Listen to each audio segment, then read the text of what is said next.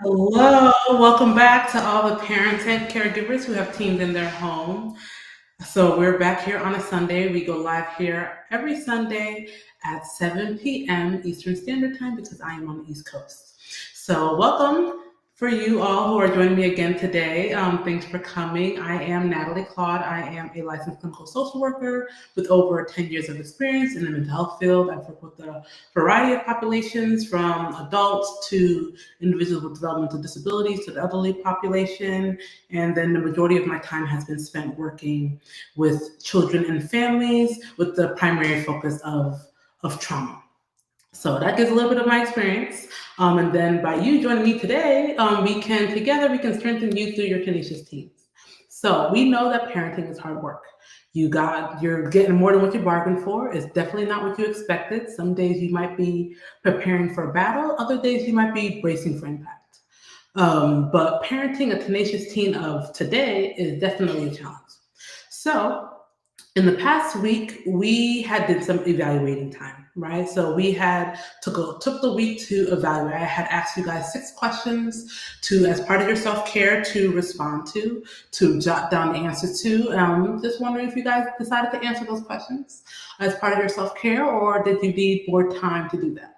So for those, if you didn't get a chance to answer because of you're either new here or maybe you needed more time in your week, we can do that right now. So I'm going to review the 6 questions I asked you guys to answer in last week's live. And then if you didn't get a chance, I would suggest you go to my page on Instagram, on YouTube, and you will find the live where it was, the title was Let's Be Honest.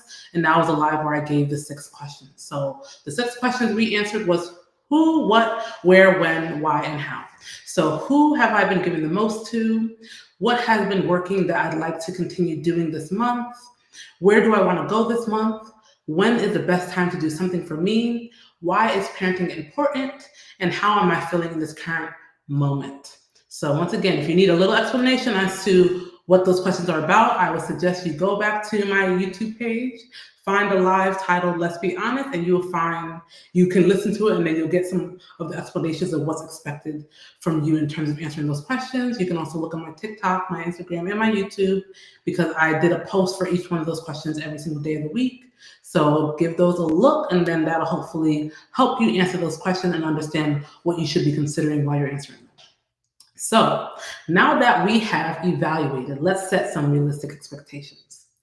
We're gonna go through a couple. I'm not gonna take too much of your time today. Let me just check that I don't have any comments. The last time we did this, I forgot to check the comment box. Do I remember how to do that today? Is a question.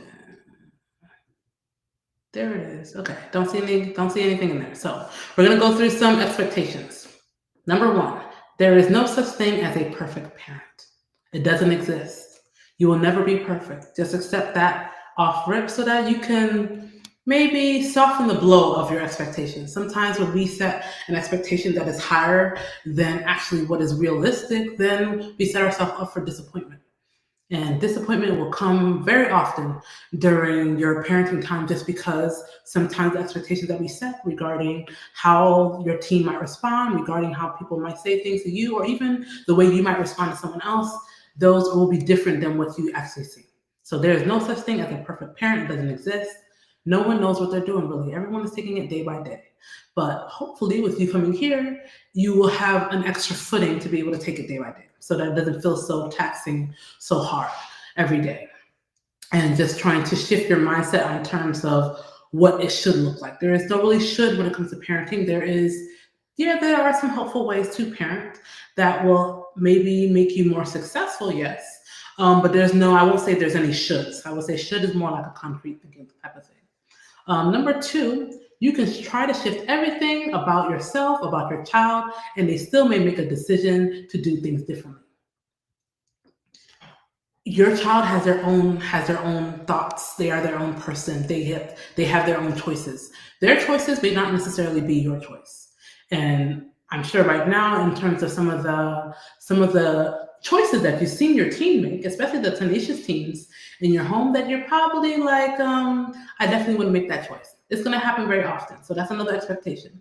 Your teen has a choice. They get to choose what they do and what they don't do. You can set them up however you'd like. You can say all these things. You can give them all these examples. And at the end of the day, it's their choice to be able to say, yes, I'm going to listen to what my mom or dad said, or my aunt or uncle, or grandma, grandpa, foster parent said, or I'm not going to, because the choice is theirs. So parenting, another expectation, parenting will increase the probability that they will do well, and yet they can still make the wrong decision, but that's how we learn. We learn by making mistakes. You've learned by making mistakes. I know I've learned from making mistakes. And let's say for a teen, they're making a lot of mistakes. And I know that as a parent, that oftentimes you may want to help them avoid some mistakes, and you can do your best to try to help them, but sometimes they'll still make the mistake that you were trying to protect them from. Because, like I said earlier, your teen has a choice. You can give them as many choices as you want, and they get to be the one to choose what they say or do, because it's their own mind. They're the ones who's trying to figure things out. We talked about, like, developmentally, is that appropriate? Yes. Teens, they are going through a lot of changes right now. They have the hormonal imbalances where things are flipping, their brains are growing. They're around all these people trying to figure out who they want to be, who they are, where they stand in life. So yes, there's going to be a lot of choices, a lot of mistakes made, but also this is the perfect time to make them while they're still under your supervision. While they're under your supervision, they can receive the guidance that they need to be able to hopefully do something differently, especially for you parents who are communicating very often with your teen. And for those of you who aren't communicating too often with your teen, where they may not be listening, don't worry, we'll get there at some point during these lives that we go to on Sunday, but that's not the focus of today. So we're going to stick with expectations. Number 5, if I'm counting correctly, your teen is not the problem. So sometimes you might say, okay, well, they're doing this and they're doing that, and she and he and he and she. And sometimes when we do too much finger pointing, it makes things blow up even bigger.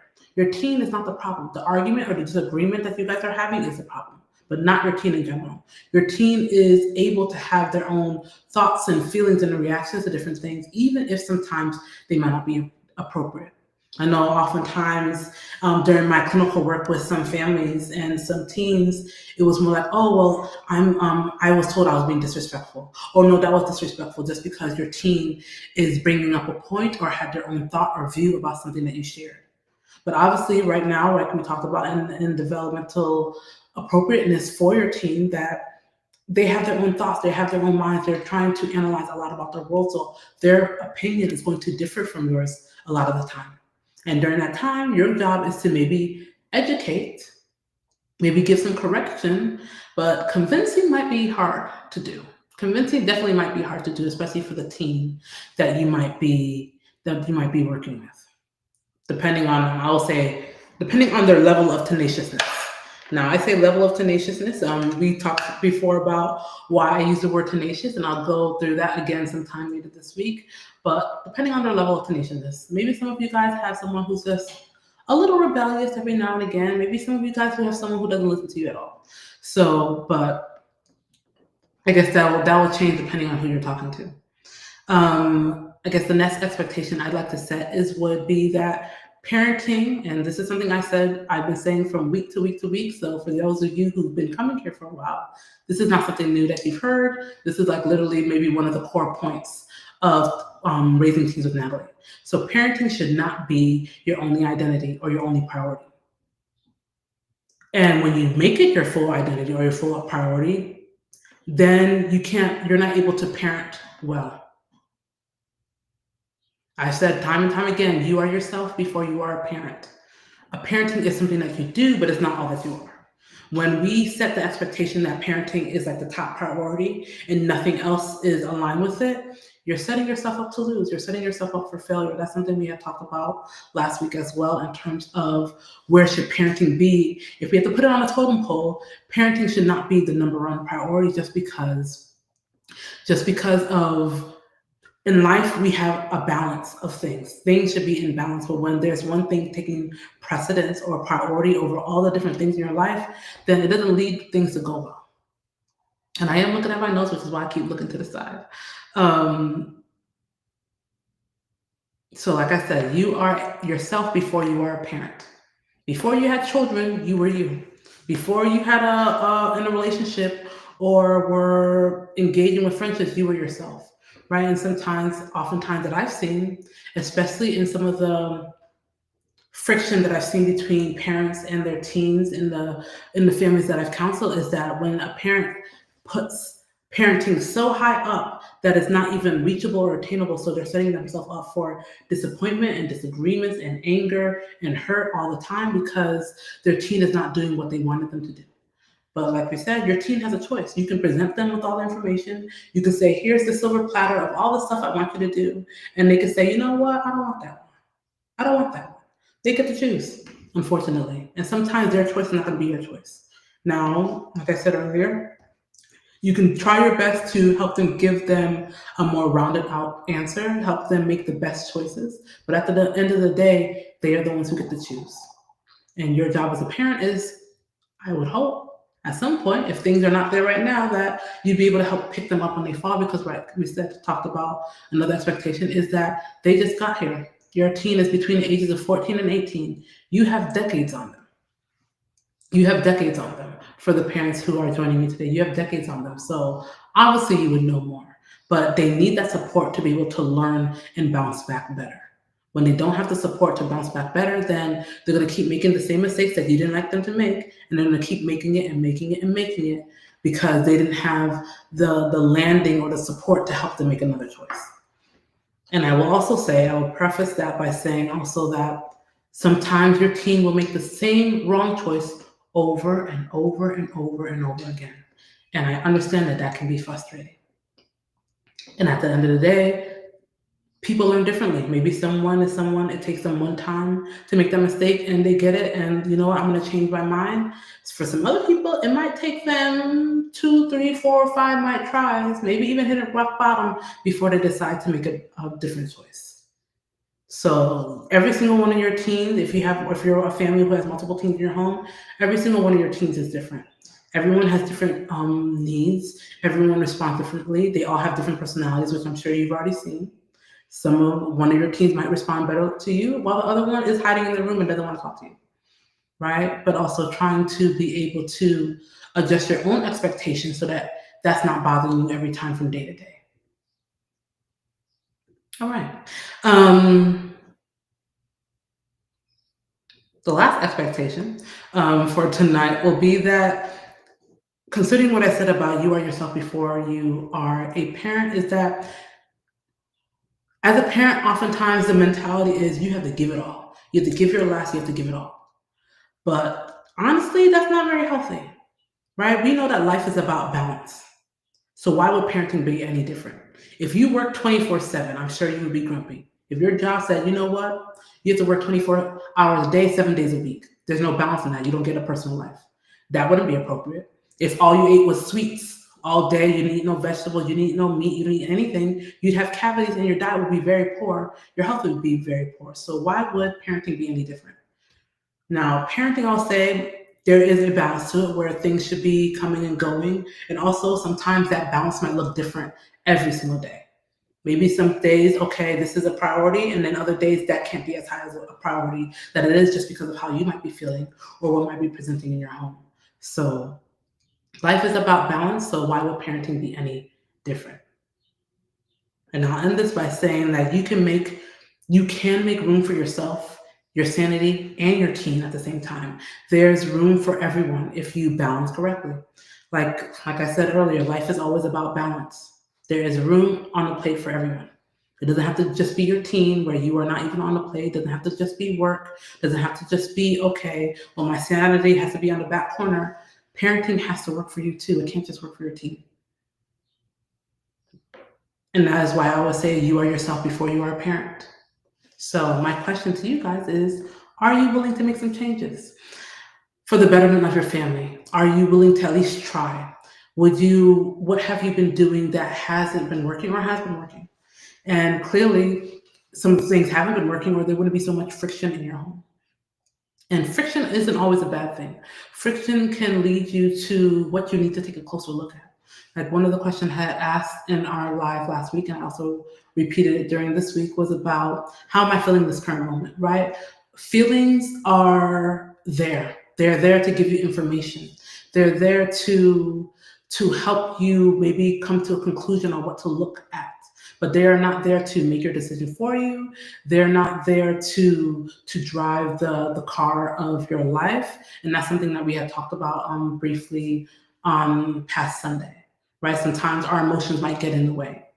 Sometimes our emotions might get in the way and we end up letting them be a driver, and they can't be a driver. Not if you want to parent well.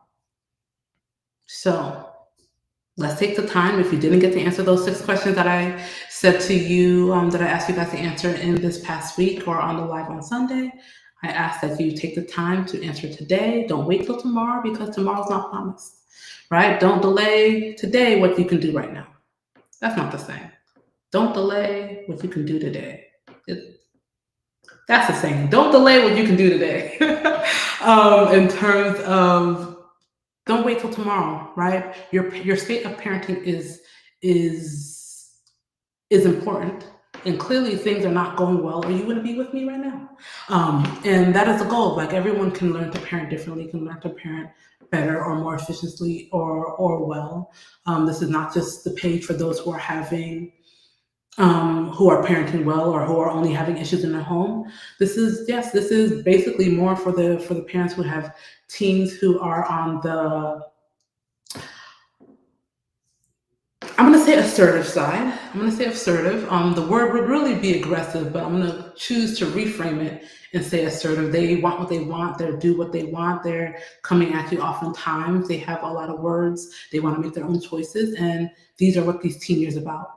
Now, the goal is to shift your mindset, shift the way that you're parenting, so that you don't go insane, because it's going to be a long road. For some of you whose teens just turned 14, the next 4 years is going to be a time, especially if they're still in high school, still living under your roof.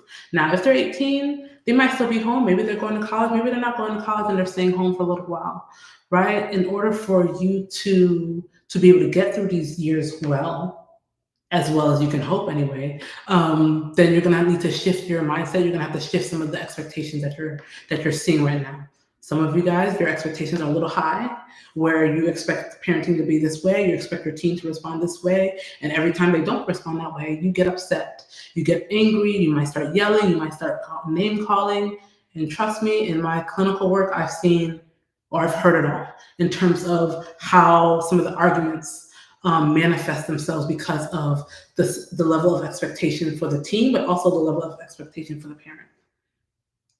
And is that what it looks like for you right now in your home? It probably does, but it also doesn't have to stay that way, which is why I asked a little while ago about, are you willing to make some changes? Are you willing to at least try it?